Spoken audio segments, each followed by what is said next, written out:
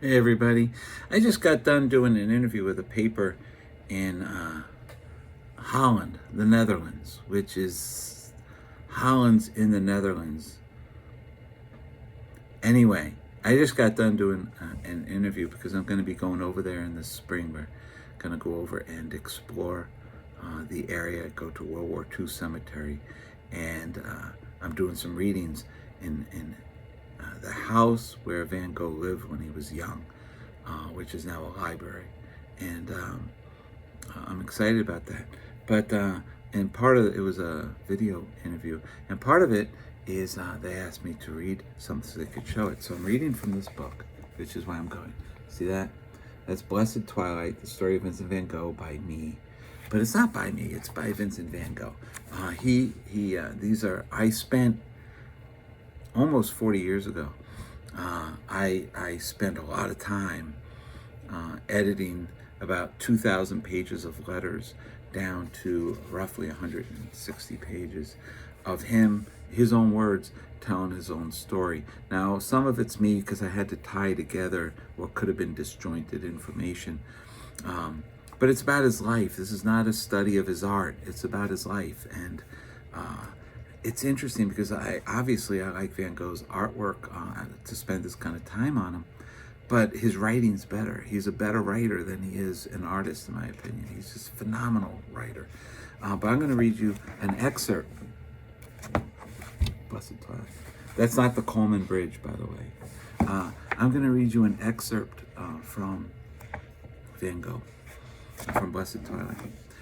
It's one of my favorite passages. I've read it before, but I'm going to read it again. I just read it for Dutch people. The earth has been thought to be flat. It was true and is today that between Paris and Arles it is, but science has proven the world is round, and nobody contradicts that nowadays. But notwithstanding all of this, people persist in believing that life is flat and runs from birth to death. However, life too is probably round and very superior in expanse and capacity to the hemisphere we know at present. For my part, I know nothing of it. But to look at the stars always makes me dream as simply as I dream over the black dots of a map representing towns and villages. Why should the shining dots of the sky not be as accessible as the black dots on a map of France? If we take a train to get to Rouen, we take death to reach a star? One thing undoubtedly true in this reasoning is this, that while we are alive, we cannot get to a star any more than while we are dead, we can take the train. So it seems to me possible that cholera and cancer are simply celestial means of locomotion, just as steamboats and railways are terrestrial means. To go die quietly of old age is to go there on foot.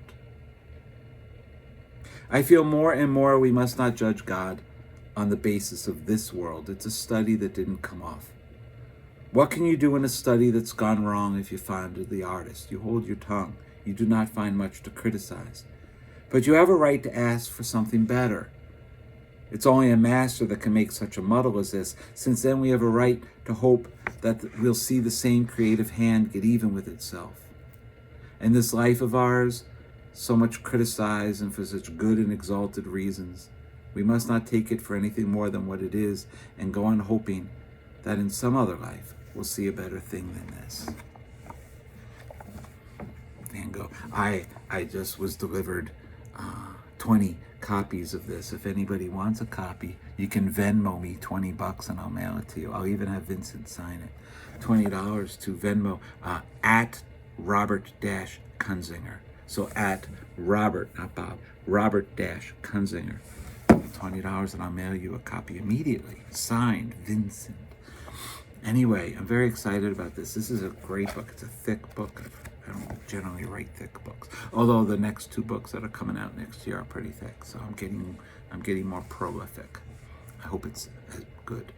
I hope it's as good as this, because this writing is tremendous. Anyway, Van Gogh is a tremendous writer. I'm very excited about it because I just finished this interview, and now I finished reading to you. If you want a copy, let me know. There are only 20 of them. And have a wonderful day.